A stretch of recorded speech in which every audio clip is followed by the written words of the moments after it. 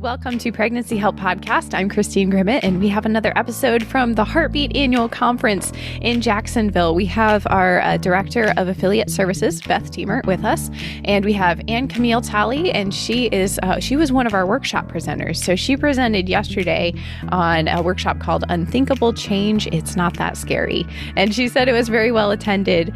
So if you would like to check out the recordings from our workshops, those will be available on heartbeatservices.org under the store. So heartbeatservices.org/resources is a great place to go to check out some of those recordings and see if there were any workshops you missed, or maybe get you interested in attending next year if you weren't able to join us this year. So welcome to both of you. Let me just start by asking you what you've seen so far, what your impression of conference has been, or maybe there was a moment already that has really impacted you.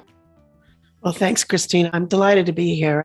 I must say, for a first-timer at the Heartbeat Conference, I am even more gobsmacked than I expected to be. There's that word.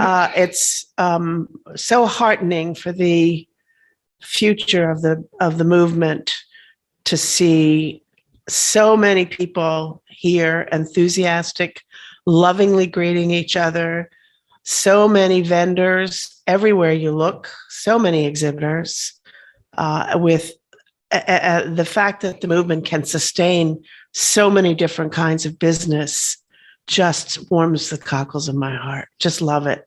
And I went to the movie yesterday afternoon, and as a person who's been hanging around in the pro-life movement for as long as I have, I still learned some stuff. It was wonderful. Yeah, the atmosphere here is just sort of a cross between electrical and magical. And it's just so fun to be in the midst of it. And, one of my favorite things about conferences is just reuniting or being able to be in person with people that you don't get to see all the time, right? And just renewing those relationships and just connecting. That's just the highlight of conference for me, along with all the other wonderful things that happen. And our relationships and the extension of those relationships out into the culture is how we'll change the culture. Absolutely. Mm-hmm. Absolutely. Yeah. It's relationship. Love, love, yes. love. Mm-hmm. Thank you. Well, Beth, I'm going to turn things over to you because I know you have some questions that we'd like to talk about the workshop topic and change and how we can adjust to that. Christine, thanks so much. So, Camille, we have a little history together. I was thinking as we were preparing to sit down and have this conversation that the first time we connected is when you all contacted Heartbeat to do a board training in the center that you were associated with here in Florida. And I came on site, and you were so gracious to have me to your home for dinner before we did that training, which started a beautiful friendship. And over the years that we've known each other, which is probably maybe 3 or 4 now, At least. There's been a lot of change. And so I loved when we got your workshop submission on the topic of change, and that you approached it by saying, it's not that scary, you brave woman. So in the course of what I remember over the years, you went from being on that board, and then you had some pretty intense personnel changes that we talked through.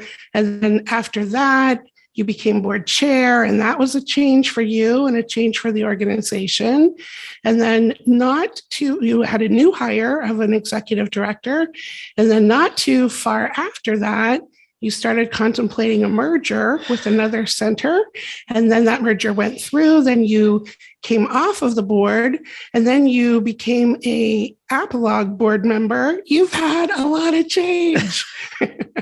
I've been claiming to be a change agent for a long time, and I am. I love change well done. I don't like chaos. My career was in business, so seeing things strategically considered according to a plan, according to where the organization needs to go, is a wonderful experience for me. And I love that the good Lord has prepared me in pretty much everything I've done for what I'm doing right now. Don't you love how that happens? Oh, And you can see the dots just connect, and you can see, oh, that's why that happened, because now I'm doing this, and it's just resourcing everything that I need at this point. Yeah. God is so amazing. Yeah. So our listeners, I'm sure, are all in the process of some sort of change. I mean, change happens every day, really, if you get down to the nitty-gritty of it. And so let's start to talk about how we process change, or what brings about change, and how we manage it. And we want to hear all your brilliant thoughts. What made you? Yeah, well, no, of course you do. And what made you decide that change was a good topic for a workshop? Well, change is a good topic for the workshop at this moment in history. Amen. Because we've seen the Dobbs testimony. We have been praying and praying for an end to Roe v. Wade and Doe v. Bolton.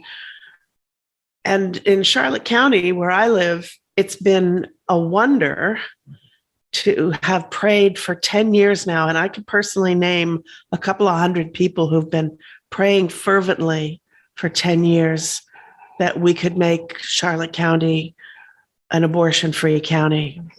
It's a small, rural, not very wealthy county.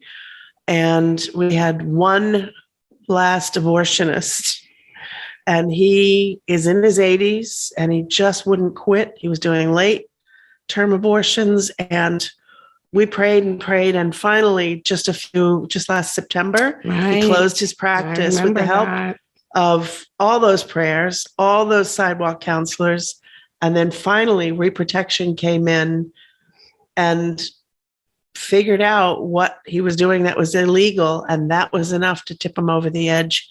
And he closed his practice, which is wonderful. Yeah. And so we've seen that dream, that earnest prayer come true locally in Charlotte County, Florida. And now we may be on the verge of seeing our prayer for the end of Roe and Doe coming soon. And frankly, whatever they announce when the Supreme Court finally tells us what they've made of that testimony back on December 1st, it's going to drive change. Amen. That's the truth. It's going to drive change. One way or another. I love that it feels like the pro-life movement hasn't been sitting back on our heels waiting for change to happen to us. You can, faced with something that drives change, something in your environment that's changing, or something in your life that's changing, you can react in several different ways. One is to deny it, and many people do that. And we had some people do that when we were crafting change deliberately among our pregnancy centers down in, Southwest Florida. Or you can let it happen to you, which is, to me, kind of a good way to get annoyed. Or you can grab it by the tail and be part of it and help influence it and help drive it to accomplish the mission. This episode of the Pregnancy Help Podcast is brought to you by Heartbeat International's Pregnancy Help Institute. Now, we realize maybe you've been to other training conferences, but the Pregnancy Help Institute is different. As a frontline lifesaver, the care you provide changes the world of each client your center serves day in and day out. So that's why the training you take is so important. We have this training organized under 3 intensive tracks: leadership, development, and new director. This year it's taking place the last week of July 25th through 29th in Columbus, Ohio. So be sure to register early for the early bird discount to save over $100 on your registration. You can visit heartbeatservices.org to find out more information. Again, that's heartbeatservices.org. There's a banner that talks about Pregnancy Help Institute. So we hope you'll be able to join us this year. My biggest message for the workshop attendees yesterday was, your bylaws are your friend. You, Beth, had encouraged us from the time that you gave us that board governance workshop. You had encouraged us to pay attention to your governing documents. And so we had tuned them up a couple of times, actually, including adding what's required in Florida that hadn't been there, a paragraph at the end that says what happens to the assets if and when you dissolve the organization. And I've fallen asleep so many times on different boards reviewing bylaw changes because they can be very boring. And you can think of bylaws as just more blah, blah, blah. But nope, that's not what they are. If you're helping to lead change, you need to read those bylaws, stay awake, read them again, understand what they say, what they empower you to do, and what they prohibit you from doing as a board, as an executive director. That's where it's all laid out, what you can do and what are the ways that you need to do it. And so in order to do that, you've got to have a board who's paying attention. And you helped us to understand, among so many other things, how to try to make sure you've got the right people on the board, how to avoid some of the pitfalls. And we fell into some pitfalls, and we wound up when the pandemic came down the pike at us.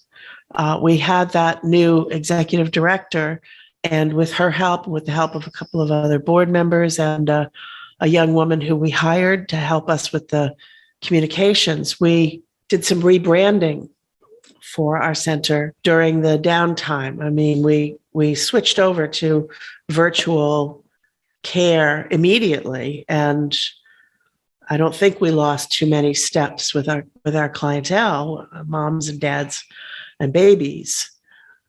But we took what downtime there was to the pandemic to think deeply about the things you need to think about before you rebrand. Mm-hmm. We realized that our center was a little rough around the edges, a little worn. Our logo was a little out of date. And so we prepared to rebrand, which for us went all the way through to a whole new name, more of a communications and social media stance that we felt would be better for the people who are getting pregnant now, or more important, the people who are getting pregnant tomorrow and don't realize it. Right. And we wanted to launch that new branding 15 months ago in January. And we were halfway through pulling the trigger on that launch. I'm not kidding. The trigger doesn't move a long way when you pull a trigger. We were halfway through pulling that trigger and starting to talk with our most important donors and other important advocates about it when January 6th happened, which wound up being infamous for other reasons, but that was also the day of the Georgia election that leaned the National Senate in the direction of the pro-abortion lobby. And that night, the good Lord grabbed me by the hair and pulled me out of a deep sleep and whispered in my ear, yes, I know you've a lot of people have put a lot of work into this rebranding, and it could be really good for Charlotte County. But maybe it's time to revisit that slow motion conversation that your center has been having with a more robust center in the next county north. And maybe it's time to sort of think about that more crisply. And I had a brief argument with the Lord. And he won, as he always does. And that day I called around to all of the board members to tell them what had happened overnight. And there were people who said, what does national politics have to do with us here in Little Charlotte County? And there were people who I was particularly concerned about, like the people who had been working so hard on the rebranding and done such wonderful work. And God bless them, they saw the importance of maybe a different way to meet the mission in a better way. Yeah. To be stronger together, And that wound up being our little tagline for the merge announcement. And so we are stronger together. I just had lunch with Brenda Brown 3 days ago, the day before I came here. And nowadays, we never get together, but we hold hands and say we did the right thing. Yeah, that's just amazing, Anne Camille, because you were moving so strongly in one direction, like a locomotion, right? You were down the tracks and you had put in a lot of time and effort and sweat equity into rebranding and some money too. Oh yeah, absolutely. Yep. Can't forget the money part. That's right. And then, the Lord sort of said, hey, let's change this up. And kudos to you and to that team that you were willing to, follow that leading and not put your, feet in the cement and say, nope, I'm not going, because look at the results, Yes, it's wonderful. For years, because I'm a metrics person, I was a market researcher for 30 years in the pharmaceutical and biotech industry. And I wanted for so long for us to be able to have better measurements of the services we were providing, of the even outcomes that we were creating, of crafting healthier, stronger families for Charlotte County. And we just couldn't get it done. In the workshop, I referred to that as our naughtiest knot. And we just couldn't untie that knot of getting good metrics. And then I had the extreme pleasure this past January when one of our biggest, most generous baby showers was held. And I introduced the young woman who leads intervention for Pregnancy Solutions, the center we merged into.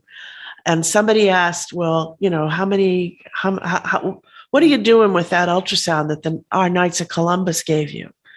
And at that point, it had been moved from our center to the new center for 6 months. And at one point, she was showing us a little 3-minute video, and she pulled up her phone and she was able to tell the women who had just given us 4 huge tables full of beautiful handmade stuff, new stuff. And she pulled it up. She said, we've done 184 ultrasounds and 23 women changed their mind about abortion. Saved 23 babies. And that right there off her smartphone, hey? Right there. Yeah. Right there. And it was a way to really lock in the support of that particular Guild of Our Lady at my parish, who loved the care line and so had supported the older, less strong center for the whole 34 years that it had been around. And some of them there was a little rumor going around that someone had looked at the website and said, well, they offer abortion. And it turned out that someone who doesn't know what they're doing looked at the website, and as all pregnancy centers say, are you thinking about abortion? Click here. And so they jumped to the conclusion, I should say leapt to the conclusion that we would now be offering and recommending and referring for abortions, which couldn't be further from the truth. Right. But those things happen. People come up with all kinds of crazy opposition. And the good Lord also sent me a dear, dear friend who's been through a number of major business mergers and acquisitions. And she visited us, and I was complaining that a few people were lying. I was hearing rumors that someone who had no reason to told that lie. And she said, that's pregnancy center as self-fulfillment rather than pregnancy center as mission. And the lovely woman, Karen, who was my track captain, track host. I wanted to say track coach. That too, as you ran around the room and did she that told workshop. me yesterday that she grabbed that pearl and texted it off to someone back in her home center. Yeah, because we need to always return to our mission. What are we trying to do here? We're trying to build strong families for our culture.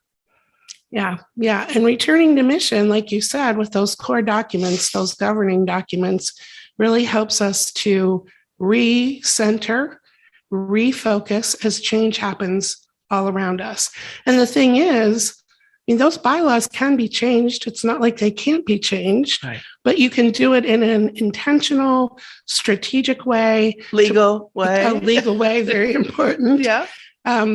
In order to bring about the change that you want to see happen. And, Yeah. Your center and the merger is such a good example of that. In the workshop, you talked about a couple of tools that I just want to let our listeners in on before we wrap this up, because, again, with major change, we don't want to go into who moved my cheese mode.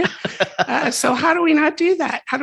You talked about innovations roadmaps. You talked about building relationships. You talked about networking. You want to just jump in on those for a few minutes? Sure. And the one of the last slides from the workshop yesterday lists actually the places on the URLs on the internet where I actually found that innovations roadmap and the network roadmap. I created the thought list for driving change. It started out as a checklist, and then I realized, well, we're talking about all kinds of different change, all kinds of different centers. Everyone's unique. You've seen one pregnancy center, And so I changed it to a thought list, but it sort of lays out a lot of the different things that the balls that you want to try and keep in the air. Right. And then I found from Microsoft templates, I found a 5-page checklist just in case one of the changes you want to make is to create a revenue producing business. That's a checklist for creating a business. And we had a gorgeous example of that among the exhibitors here. I didn't retain their name, but they help end trafficking of women. And they have the young women who they free, creating bracelets and lotions and candles. And that's a really important method of funding their nonprofit. Right. And I provided a checklist, but you can find, Google and DuckDuckGo can be your friend. They may not have a specifically pro-life checklist or map for what you need to do, but they'll give you some good ideas. Yeah. Great. From people who've been there, done that, got the t-shirt, went home. Yeah. So that's just so helpful when you think about, okay, I know the change is coming. And believe me, we live in that time. I shared a devotional a few days ago with our executive roundtable participants about the idea, of course, for such a time as this. And this is a time, there's no doubt about it. And change is all around us. And so the idea of being able to use good tools and put things into things like thought lists and checklists and networking and roadmaps just helps you to be able to facilitate the change. Sometimes it helps you to be able to manage the change in your own emotions, because that has a lot to do with change, right? Yes. Just a couple of days ago, I had the opportunity to participate in just to listen in as a participant in a webinar about getting outside your own comfort zone. And before I talk about that, let me also say that there was not a checklist, but a document that you gave me from Heartbeat, because I've cried on your shoulder so many times. And when I cried on your shoulder about that particular change in direction, you said, well, we have a document called When a Merger is a Possibility. Mm-hmm.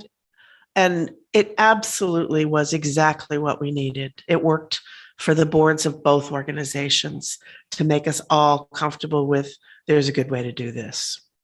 So that document, by the way, was written by Gerald Godsey, our president.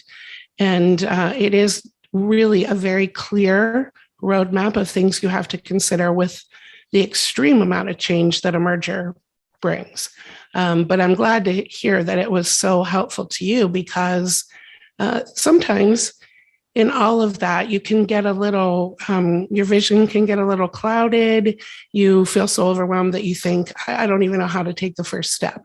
And so that document is so helpful. And here's step 1, step 2, like how to eat an elephant, right? One bite at a time. One bite at a time. Yeah. So Heartbeat can make that available to others who may be contemplating that. Okay. So, and all the while that you're doing that, you're getting further and further outside your comfort zone. And the thing is that growth happens way out on the end of a limb. It doesn't happen on the big sturdy part of the limb. So you go from your comfort zone to fear, to learning, to growth as you move along. And keeping your own emotions under control requires prayer, constant prayer, return to the mission. Another great thing about the mission is that when the rumor mill spits out something that makes you want to be just mad, you can go back up through the rumor mill, even if you're not ready to just go to the person who was quoted. You can send a little flag back up the rumor mill that says, have a look at the mission. This is what we're doing. This is going to be a better way to support those moms. It's your anchor. It's your consistency. It's your, it's where everything flows from there. That's right. From Jesus through there. Amen. Yeah. All right. So let's, this has been a great conversation. Let's kind of pull things together. I know at the end of your workshop, you kind of gave the steps or the plan. And here were your suggestions. Use your tools. Some of the things we just talked about. Prayer, we can't say enough about the difference as we pray through change that can make in helping us to, again, manage our emotions, to get rid of our fear, to be able to trust in the leading. So tools, prayer, work. You said work your roadmaps like a GPS. I love that. Right. So you just got to keep going back to that map. Like, here's what we've plotted out, and we're just going to keep following it. Right. And here's where we are now. Yeah. Think about when you're in the car sometime and you really don't know where you're going and you're following your GPS and it doesn't seem right. Like you're on a road where you think I should be in a metropolitan area and I'm seeing cornfields. But before you know it, 2 minutes down the road, you make a left and you're right there. Right. Yes. And I got to tell you, on the way up here, I had a 6.5-hour drive on Tuesday.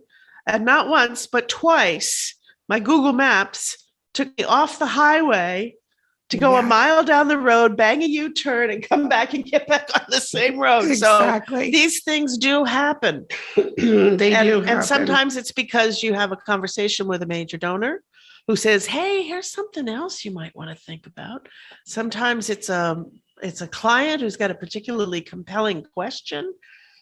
So yeah, you have to work your network, have to keep your board informed, keep your big donors informed, and don't wait until you're in crisis and the money's all gone.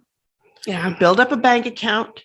And I believe that our colleagues at the other center were very pleasantly surprised when they learned that we weren't completely broke. We still had money in the savings account. And that would be part of the merger. They would acquire that as they acquired us. And so don't let it go too far. Yeah. We talked about relationships in the beginning of our conversation. Your next step is engage your fellow travelers. Don't be an island. Don't do it on your own. We are better together. There's strength in numbers. Together, we have the mind of Christ, right? So engaging fellow travelers on this journey of change. And then this is my absolute favorite, celebrate and repeat. Yes. We don't celebrate enough, right? Yes. Look at this major victory. We now have a stronger service in Charlotte County because people were willing to change. It's really what it comes down to. And we need to celebrate that. And all of the hard work, all of the getting outside of your comfort zone, all of the letting go of the fear, we celebrate that and then repeat, because it's not hey, we did that and now we're done, because the next change is coming. There's no doubt about it. And Camille, you are amazing, and I appreciate you so much. I really do. Thank you so much for sharing with us this morning, for being here at the conference, for teaching that workshop, for being an amazing board chair, and now for the work that you're doing at Apolog with the doctors. That is such a valuable part. Such an honor, such a joy. Hanging out with so many high-end OBGYNs who have such a heart for life. It just makes me smile all the time. So you make me smile. Thanks again for being here. Thank you, Beth. Hey, thank you both. And to our listeners, thanks for spending some time with us. And if you're interested, some of the resources, the Heartbeat resources that were mentioned, a lot are available through our Heartbeat Online Academy. And we do some in-person trainings as well, as they mentioned the board training that Beth went in person and did a training. We have some consultants that will go to your center. If you're interested in anything like that, please contact Heartbeat. We'd love to get you connected to some resources and training opportunities. So with that, I wish everyone a great rest of your day, and thanks for listening to this episode of the Pregnancy Health Podcast.